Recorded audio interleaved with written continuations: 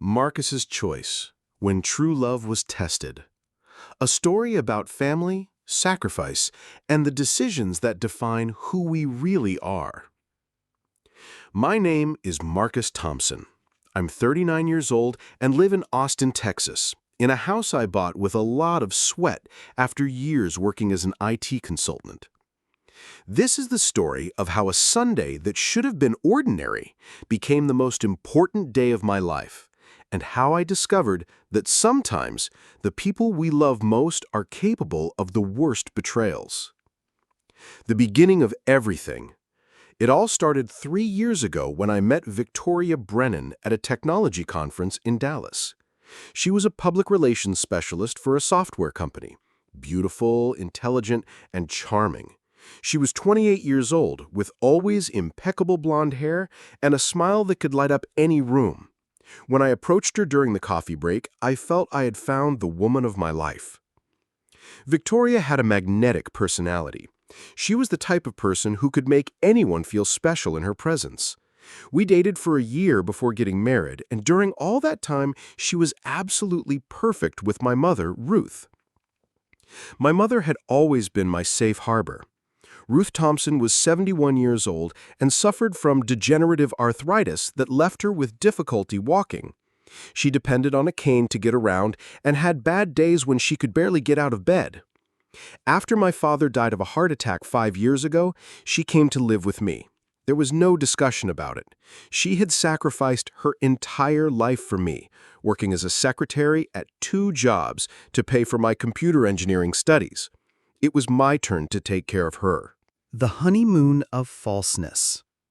In the first months of marriage, Victoria seemed genuinely to care about my mother. I clearly remember an afternoon, shortly after our wedding. "Ruth, let me help you with that," Victoria said, running to assist my mother who was trying to reach a plate in the high kitchen cabinet. "Thank you, dear," my mother replied, smiling. "You're an angel. Marcus was very lucky to find you."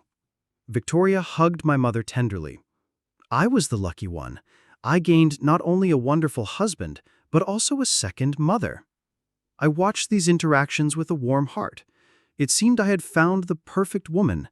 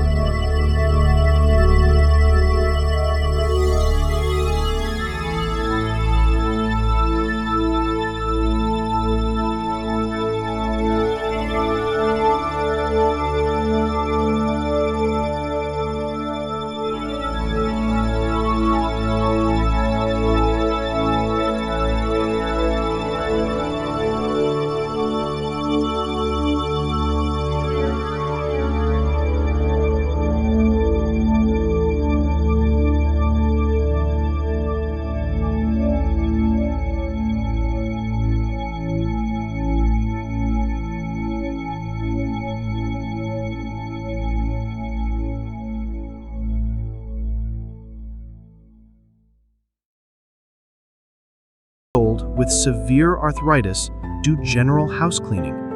But I was late for the flight and let it go. The true face reveals itself. What I didn't know was that as soon as my car left the garage, Victoria transformed completely. Later, my mother would tell me the horrible details of what happened during my absences. On the first morning after my departure to Denver, Victoria entered my mother's room at 7 a.m. "Ruth, time to get up," she said, opening the curtains abruptly. "We have a lot of work ahead of us." My mother, who had spent a bad night because of arthritic pain, tried to get up slowly. "Good morning, Victoria. I was thinking of resting a little more this morning." "Resting?" Victoria laughed, but there was no humor in her voice.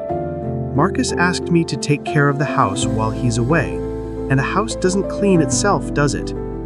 "But Victoria, with my condition." "Your condition is no excuse for laziness, Ruth.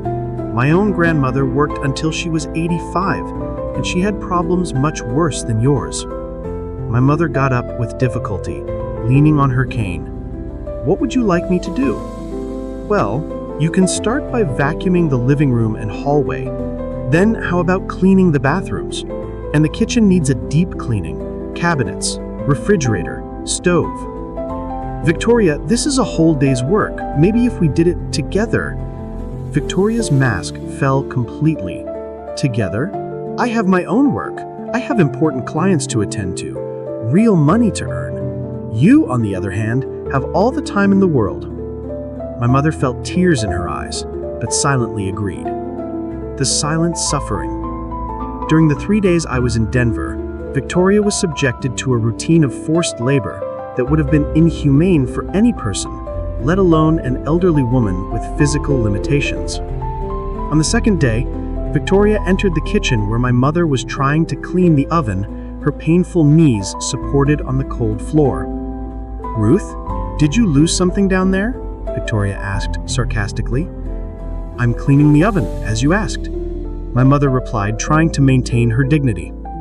"So slow. At this speed, Marcus will come back and the house will still be a mess. He'll think I didn't take care of things." My mother tried to get up faster, but her cane slipped on the wet floor, making her lose balance. She fell to her knees, letting out a moan of pain. Victoria didn't move to help her. Instead, she sighed dramatically. "Ruth, we can't have accidents here. Marcus would be very upset if he knew you got hurt because of carelessness." The implication was clear. If my mother got hurt, it would be her fault, not Victoria's, for forcing her to work beyond her capacities. The cruelty of hunger. But the forced labor was just the beginning. Victoria also discovered a particularly cruel form of torture: food. On the second day of my trip, around noon, my mother was exhausted after spending the morning cleaning. She went to the kitchen to prepare something to eat. "Where are you going?" Victoria asked, appearing at the kitchen door. I was going to make a sandwich for lunch." "Don't you think you've eaten enough today?"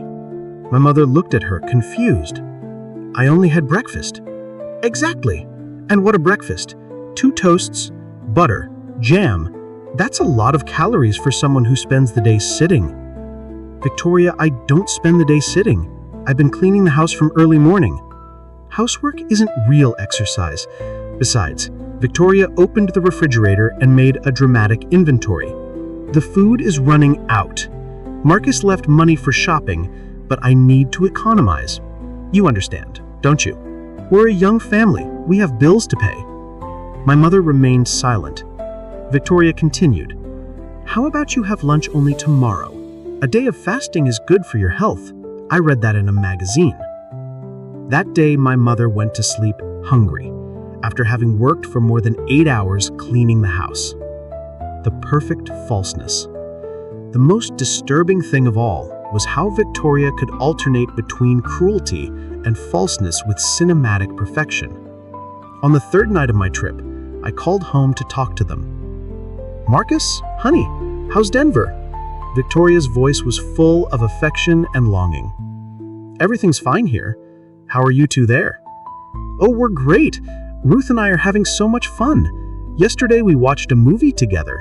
Today we cooked a delicious lunch. didn't we, Ruth? I could hear my mother in the background, her voice weak. Yes, it was very good. She's tired, Victoria explained quickly. You know how it is, age, but we're taking very good care of each other. Can I talk to her? Of course. Victoria passed the phone. Hi, son. My mother's voice was strange, but I attributed it to fatigue. How are you, Mom? Is Victoria taking good care of you? A long pause. Yes, son. Victoria is very attentive. Great. I'll be back tomorrow night. I love you. I love you too, Marcus. What I didn't know was that Victoria was standing next to my mother during the entire call, making threatening gestures to ensure she didn't say anything off script. As soon as I hung up, Victoria snatched the phone from my mother. Very good, Ruth. You learned perfectly. Because if Marcus finds out that you've been complaining about my hospitality, I'll have to tell him how ungrateful and difficult you've been. And you don't want to disappoint your son, do you? The pattern established itself. This became the routine whenever I traveled for work. Victoria transformed my mother into a domestic servant, denied her food as punishment for slowness or complaints, and then played the role of the perfect daughter-in-law whenever I was present or called home. During a trip to Chicago, Victoria forced my mother to wash all the windows in the house, inside and outside, on a day when her arthritis was particularly bad. Ruth, the windows are disgusting, Victoria said, handing a bucket and cloths to my mother.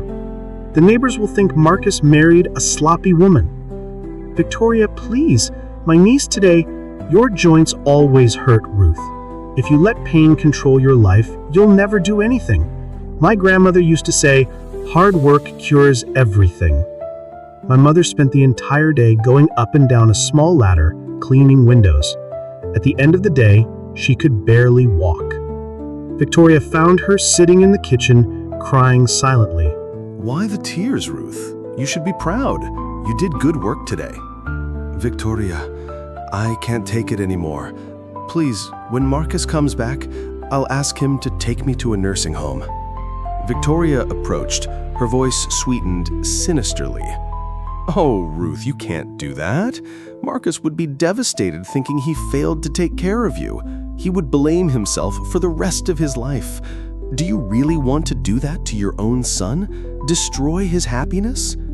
My mother looked at her, recognizing the manipulation but without strength to fight. Besides, Victoria continued, who's going to believe you? Marcus loves me. He trusts me. If you try to tell these crazy stories about me being mean to you, he'll think your age is affecting your mind. Do you want him to think you're going senile? The art of psychological manipulation. Victoria was a master of psychological manipulation. She knew exactly which buttons to press to keep my mother silent and obedient. During one of my trips to Miami, Victoria decided to reorganize my mother's room. Ruth, this room is a mess. How is Marcus going to bring important clients home with you living like a hoarder? But Victoria, I keep my room well organized. Organized? Ruth, you have 3 pairs of shoes. A normal person has 1. And these old clothes? When was the last time you wore this dress? Victoria grabbed my mother's favorite blue dress, a gift from my father years ago. This one here is outdated by at least 20 years. I'm going to donate it. No, please. This dress has sentimental value. Sentimental value doesn't pay bills, Ruth. And honestly, when are you going to go out to wear a dress like this? You barely leave the house. Victoria threw the dress into a donation bag, along with several other beloved pieces of my mother's. Then she reorganized the room the way she wanted, removing family photos she considered dated and replacing them with plants. There we go, Victoria said, admiring her work. Much more modern. Marcus will love seeing how you're adapting to current times. My mother stayed in her transformed room, feeling like a stranger in her own house. Growing isolation. Victoria also began to socially isolate my mother. My mother had some friends from the knitting club that met on Tuesdays, a tradition she had maintained for years. Ruth, I got a call from Mrs. Martha today. She said the knitting group is going to take a break for a few weeks, schedule problems. In reality, Victoria had called Martha and said that my mother wasn't feeling well and couldn't attend for an indefinite time. When Martha tried to call our house to check how my mother was, Victoria answered the phone. "Oh, she's resting. You know how it is. Age, the doctor recommended fewer social activities. She gets very tired." Gradually, my mother's social contacts were being cut off. Victoria created a bubble of isolation around her, where I was her only connection to the outside world, and Victoria controlled even that connection. The degradation of self-esteem. One of Victoria's cruelest tactics was the constant attack on my mother's self-esteem. She made seemingly innocent comments that were in reality deeply destructive. "Ruth, have you noticed how Marcus has seemed tired lately?" Victoria said one day when I was traveling. "Tired? With work?" "Well, work is part of it, but I think it's mainly the responsibility of taking care of you. He never says anything. Of course, Marcus is too kind for that, but I can see it in his eyes." I never wanted to be a burden." "Oh, it's not your fault, Ruth. It's just, Marcus is at an age when he should be focusing on his career, maybe thinking about having children. Instead, he has to worry about medications, medical appointments, house adaptations. Sometimes I wonder how different our life would be if—" She never finished the sentence, but left the implication clear. Marcus's life would be better without his mother. The Sunday of Discovery. It was on a sunny Sunday in October that my life changed forever. I was at a conference in Phoenix, Arizona, but the event ended earlier than expected. Instead of staying the entire weekend, I decided to return home as a surprise. During the flight, I was thinking about how nice it would be to spend a relaxing Sunday with Victoria and my mother. I had noticed that my mother seemed quieter lately, more distant, and I wanted to have an honest conversation with her about how she was feeling.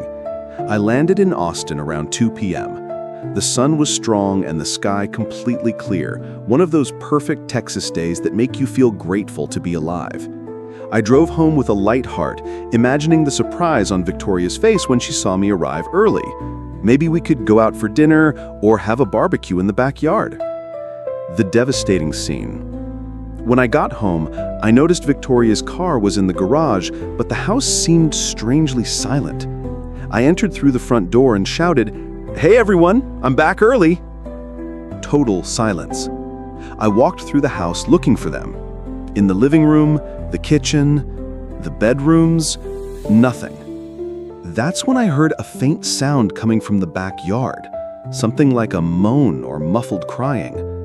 I went out the back door, and what I saw made my blood run cold.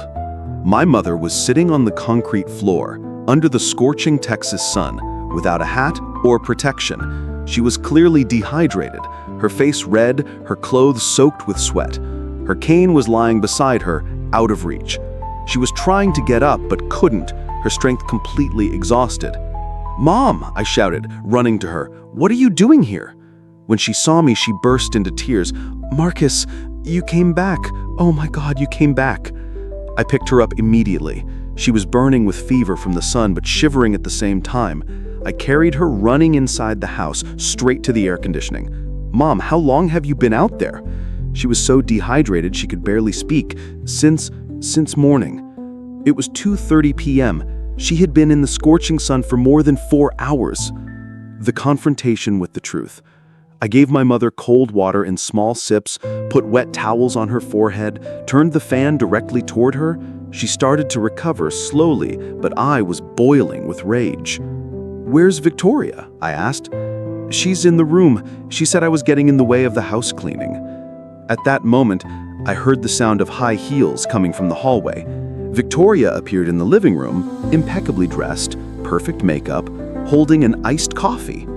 When she saw me, she almost dropped the drink. "Marcus, honey, you weren't supposed to come back until tomorrow."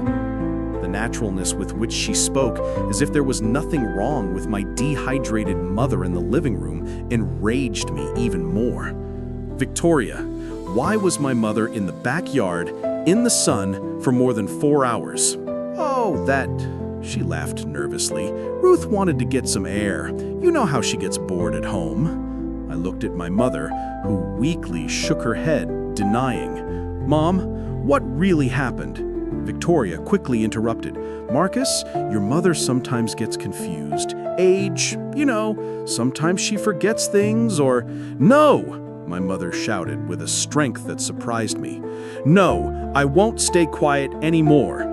Victoria paled. Son, my mother continued, her voice trembling but determined, I need to tell you the truth. The complete confession. And then finally, my mother opened her heart and told me everything. Every forced job, every denied meal, every humiliation, every threat. Victoria tried to interrupt several times, but I told her to shut up.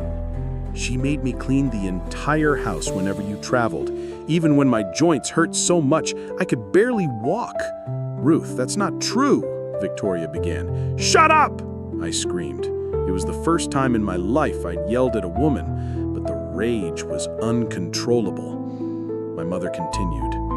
She said I didn't deserve to eat, when I was lazy. There were days when I went 24 hours without eating anything. Mom, why didn't you ever tell me? Because she said you would never believe me, that you would think I was going senile. And I was afraid of destroying your happiness. You seemed so in love. I looked at Victoria, who had completely lost her composure. Her hands were shaking, her eyes darted from me to my mother, looking for an escape. And today? Why were you in the backyard today? She said I was getting in the way because she had an important video conference. She made me stay outside until you came back. When I tried to come in to drink water, she had locked the door. The mask falls definitively. Victoria finally exploded. Okay, enough. Yes, I did all that. And you know why? Because I'm sick of living like a guest in my own house. She began pacing back and forth, gesturing violently. Do you think it's easy being married to a mama's boy, having to share my husband with an old woman who complains about everything? She's always here, Marcus, always. I can't have an intimate moment with my own husband without her needing something. She's my mother, I yelled back, and I'm your wife. I should be your priority. But no, everything in this house revolves around precious Ruth and her special needs. Victoria was completely out of control now, revealing years of repressed resentment. You want to know the truth? I hate her. I hate having to pretend I care. I hate having to smile and be nice to a woman who sees me as an intruder. She never accepted me as part of this family. Because you never were part of this family, I replied, my voice low but lethal. Family doesn't torture those who are vulnerable. Family doesn't let elderly people go hungry. Family doesn't abandon people in the sun to die. Victoria laughed, a bitter and cruel sound. Die! Please, Marcus, don't be dramatic. She was getting fresh air. For 4 hours in the Texas sun at 71 years old with arthritis? She's stronger than she looks. Women of her generation are tough. It was unbelievable to hear Victoria minimize what she had done. But she wasn't finished. And you know what? I don't regret it. Maybe now you'll understand how impossible it is to live in this situation. It's either her or me, Marcus. You need to choose. The coldness with which she said this shocked me. Victoria really believed I would choose a woman who tortured my mother. You're right, I said calmly. I need to choose. Her face lit up for a moment, thinking she had won. And I choose my mother. The final decision. Victoria's smile disappeared instantly. You can't be serious. I'm completely serious. Pack your bags and get out of my house, now. Marcus, you can't kick me out. I'm your wife. We have a life together. We had. It's over. She tried one last manipulation. Marcus, I know I'm wrong. I can change. I can be better. It was just work stress, marriage pressure. We can do couples therapy. I shook my head. Victoria, What you did wasn't a mistake or a moment of weakness. It was systematic cruelty. You tortured an elderly woman for months. There's no therapy for that." "She's going to die in a few years," Victoria screamed, desperate. "And then it'll just be us two. Think about our future." "The future I want doesn't include someone capable of doing what you did." I went to the bedroom and started throwing her clothes into a suitcase. Victoria followed me, alternating between pleas and threats. "You're going to regret this, Marcus. No woman is going to want a man who chooses his mother-in-law over his wife. You're going to be alone forever." I'd rather be alone forever than live with a monster. The departure and liberation. It took only 30 minutes to put all of Victoria's things in the suitcase. She resisted until the end, refusing to leave. "I'm not leaving," she declared, sitting on the couch. "This is my house too. I'm legally married to you." "Fine," I said calmly. "Then I'll call the police and tell them you kept an elderly woman locked in the sun for 4 hours. Let's see what they think of that." Victoria paled. She knew what she had done could be considered elder abuse, a serious crime. You wouldn't do that." I picked up the phone and started dialing. She got up quickly. Okay, I'm leaving." She grabbed the suitcase angrily. "But this isn't over, Marcus. I'm going to fight for what's mine." "There's nothing that's yours here, Victoria. There never was." She left, slamming the door so hard that the pictures on the wall shook. The silence that followed was the most beautiful sound I'd ever heard in my life. Recovery and forgiveness. In the following weeks, I took care of my mother like I never had before. I took her to the doctor for a complete checkup. She was malnourished and dehydrated, but without permanent damage. I hired a physical therapist to help with the arthritis, reorganized the house to make it more accessible, and more importantly, started working more from home to keep her company. "Marcus," she said one night while we were watching an old movie on TV, "you don't need to sacrifice yourself for me. I know you have an important career." "Mom, my career means nothing if you're not well. I discovered I can do most of my work remotely, and honestly, I like being at home more." She held my hand. "I'm sorry I didn't tell you about Victoria before." "No, Mom, you have nothing to apologize for. I should have realized. I should have protected you." "You couldn't have known. She was very good at hiding who she really was." During those weeks of recovery, my mother told me stories that broke my heart.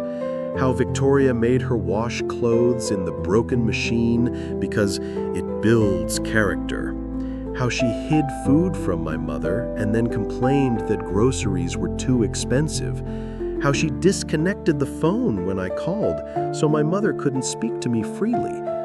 The worst of all, my mother confessed, was when she said you would be better off without me, that I was preventing you from having a real family, your own children. "Never," I said firmly. "You are my family, Mom, and any woman who can't understand that doesn't deserve to be part of our life." The legal battle.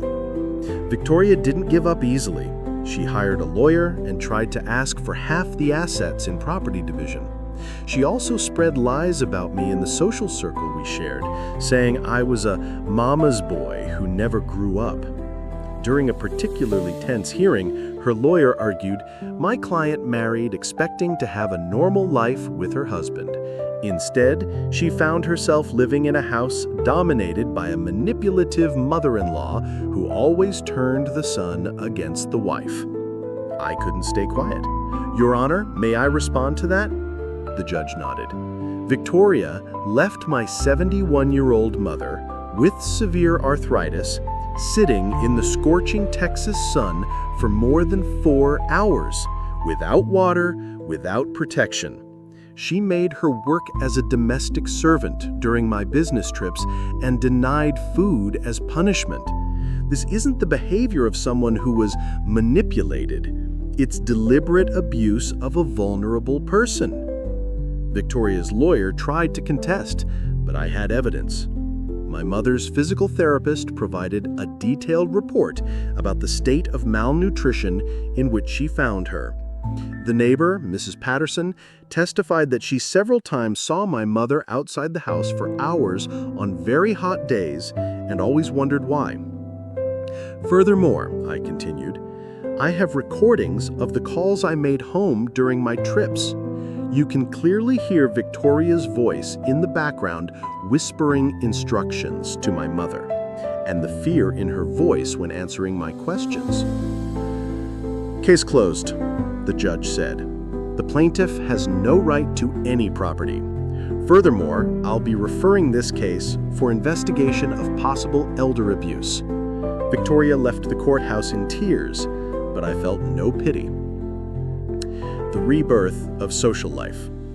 With Victoria out of our lives, my mother began to flourish again. We discovered she had lost contact with many friends because Victoria intercepted calls and visits. Martha called today, my mother told me excitedly a few weeks after the divorce.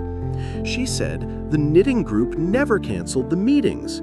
Victoria had lied to her, saying I was too sick to participate. What did you tell her? The truth, that I'm fine and would love to return to the meetings. Seeing my mother reconnect with her friends was one of the most gratifying things I'd ever experienced. The knitting group even came to have a special meeting at our house because they wanted to meet the wonderful son who chose his mother over the cruel wife. It was embarrassing, but it also warmed my heart. The work of healing. I recognized that both my mother and I needed professional help to process the trauma of what we had gone through. We found a therapist specializing in family abuse, Dr. Sarah Williams. What your mother went through is a form of psychological abuse, and you were also a victim, Dr. Williams explained to me in an individual session. In sessions with my mother, we discovered how much damage Victoria had caused to her self-esteem. I really believed I was a burden to you, my mother confessed during a session. Victoria was so convincing. She made it seem like my presence was ruining your life. Mom, your presence is what gives meaning to my life. It always has been. Dr. Williams helped us establish a healthy routine and rebuild trust between us. She also taught me warning signs to recognize manipulative people in the future. Meeting true love. 18 months after the divorce, while taking my mother to a medical appointment, I met Sophia Martinez, a 30-40-year-old librarian who was caring for her own 89-year-old grandmother. What impressed me wasn't just her beauty, but how she treated the elderly woman with patience and genuine affection. When the lady dropped her medications on the floor, Sophia immediately knelt to help, without irritation. "Excuse me, may I help?" I offered. "Oh, thank you," she smiled. "Grandma sometimes gets nervous at the doctor." During our conversation in the waiting room, I discovered she had left a well-paying job in New York to come take care of family. "Family is the most important thing," she said simply. I started dating Sophia slowly. Right on the third date, I was direct. "Sophia, my mother lives with me and always will. She's my absolute priority." She smiled. "Marcus, a man who takes care of his mother is the type of man who takes care of his wife. That attracts me even more." The first dinner at home confirmed everything. Sophia talked with my mother about books for hours, complimented her cane, asked about her life and history. When she noticed my mother's difficulty cutting the cake, she offered help naturally. These wise hands that worked so hard deserve to rest. 2 years later, we married in an intimate ceremony. Sophia made vows not only to me, but also to my mother. "Ruth, I promise you'll always have a special place in our home and heart." Today, we have a daughter, Emma Ruth, and our house is full of 3 generations living in harmony. My mother found in Sophia not just a daughter-in-law, but a true daughter of the heart. The lessons learned. Sometimes people ask me if I regret choosing my mother over Victoria. The answer is always the same, not for a second. Victoria taught me a valuable lesson about masks and facades. She was beautiful on the outside, but rotten inside. Sophia is beautiful inside and out. Her beauty comes from her kindness, her compassion, her genuine love for people.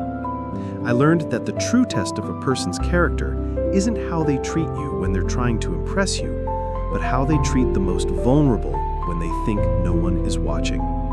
My mother didn't need to suffer anymore. Victoria inadvertently gave me the greatest gift possible. She showed me her true face before it was too late. If I had had children with her, they would have grown up seeing how she treated vulnerable people. What kind of example would that be? The final message.